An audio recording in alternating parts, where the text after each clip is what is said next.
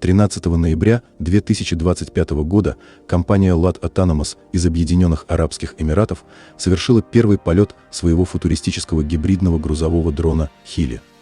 В ходе двухминутного испытания летательный аппарат выполнил ряд автономных маневров, включая вертикальный взлет, зависание на малой высоте, боковое и продольное изменение положения, а также вертикальную посадку. Все это с помощью исключительно электродвигателей.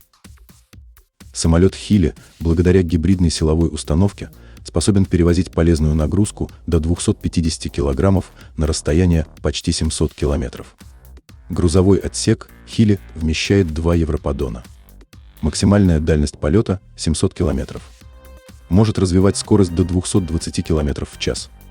Использует силовую установку из 8 подъемных электродвигателей и двигателя внутреннего сгорания для горизонтального полета.